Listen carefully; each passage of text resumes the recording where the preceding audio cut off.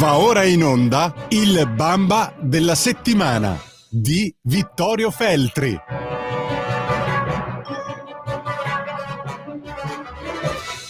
Buongiorno a tutti, bentornati al Bamba della settimana, l'antipremio giornalistico che assegna ogni giovedì per noi il direttore Vittorio Feltri, che dovrebbe già essere in collegamento. Ci sei, direttore? Sì, ci sono e sono prontissimo ad assegnare questo premio ambito dai cretini. E quindi ambito da parecchi, diciamo, un'ambizione diffusa, ecco. Sì.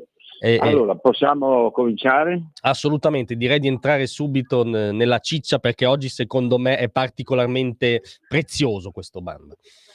Ma io così non ho avuto dubbi in questa settimana nella scelta del personaggio da premiare con il Bamba.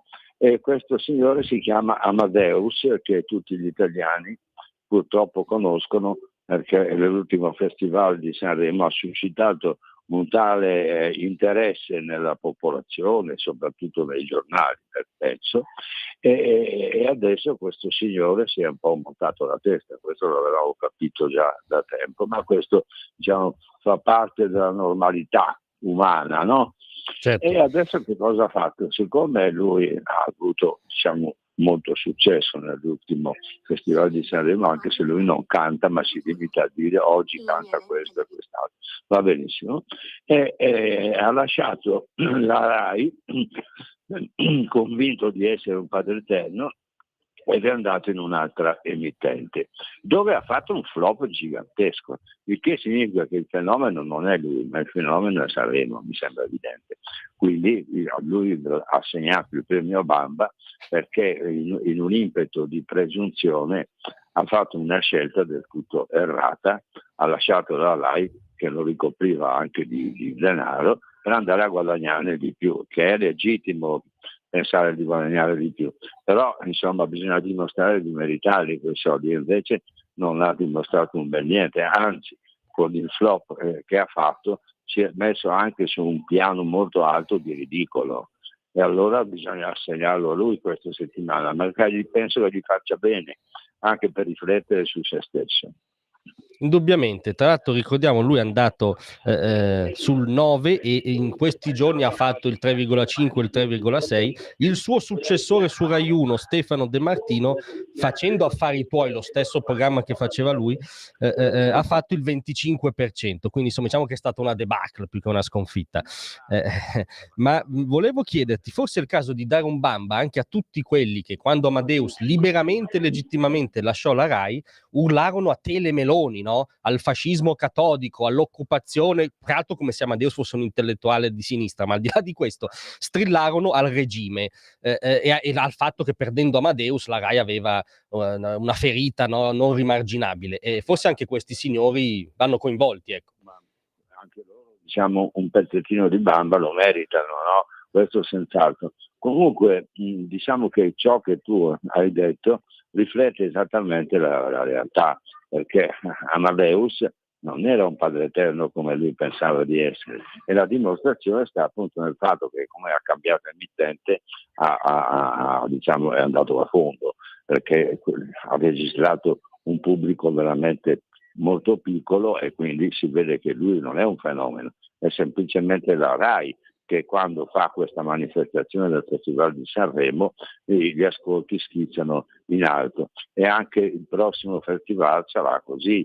Adesso tra l'altro di questo festival è diventata una specie di icona, no? Per tutti quanti, infatti già adesso se ne parla, quando tutti sanno che poi la manifestazione si svolgerà in febbraio. Non capisco perché tutto questo can attorno a una manifestazione che fra l'altro, diciamo, non è che mette in primo piano dei grandi talenti canori, anzi si sentono delle cose orrende, e dopodiché non se ne parla più, perché le canzoni hanno anche un po' rotto le scatole oggi, sono brutte, e quindi no. Però gli italiani seguono lo stesso, non capisco come mai questa passione, quindi anche gli italiani non è che meritino tante lodi quando attribuiscono al Festival di Sanremo tutta questa importanza, perché non è importante. A te non piace molto, mi pare di capire.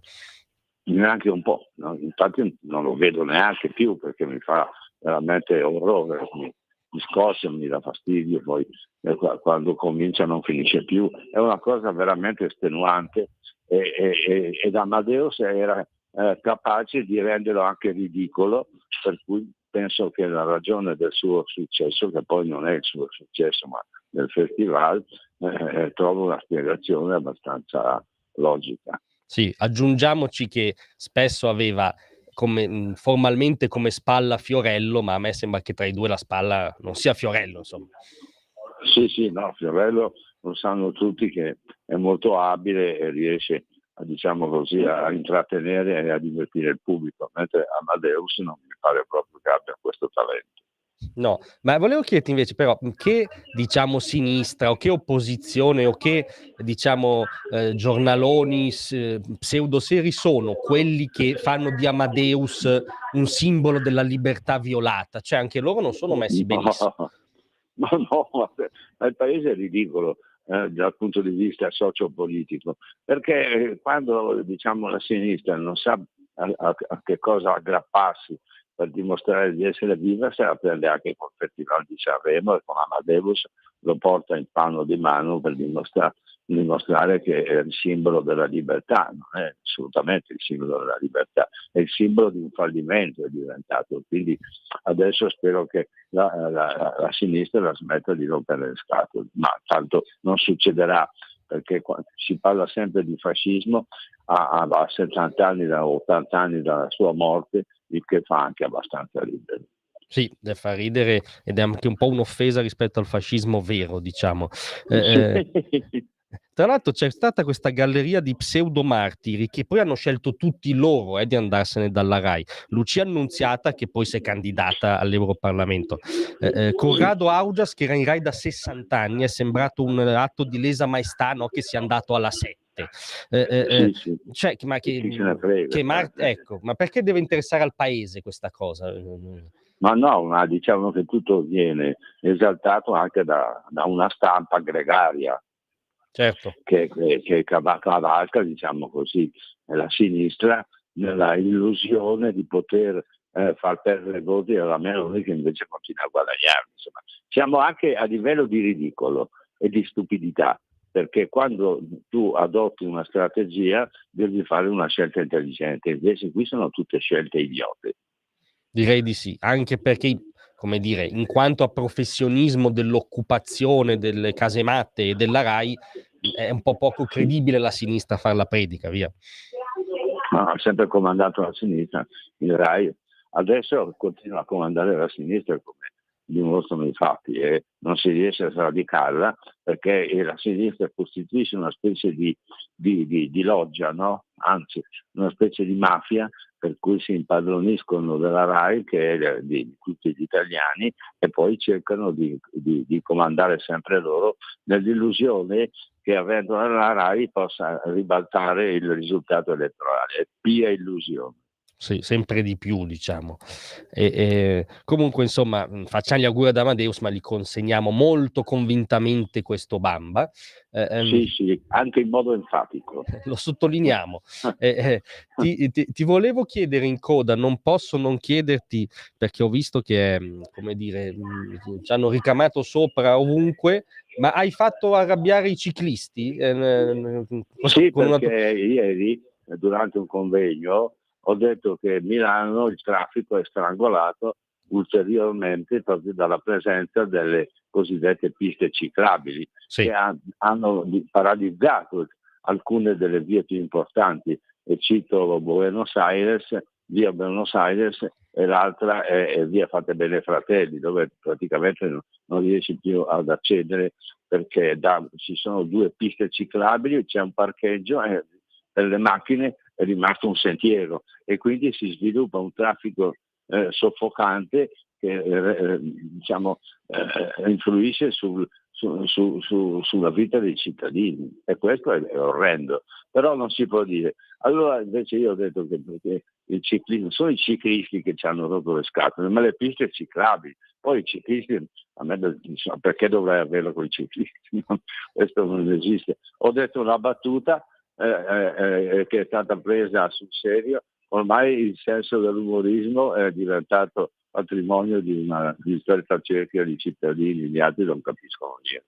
Sì, diciamo che il politicamente corretto non aiuta a sviluppare il senso Sì, dell'umorismo.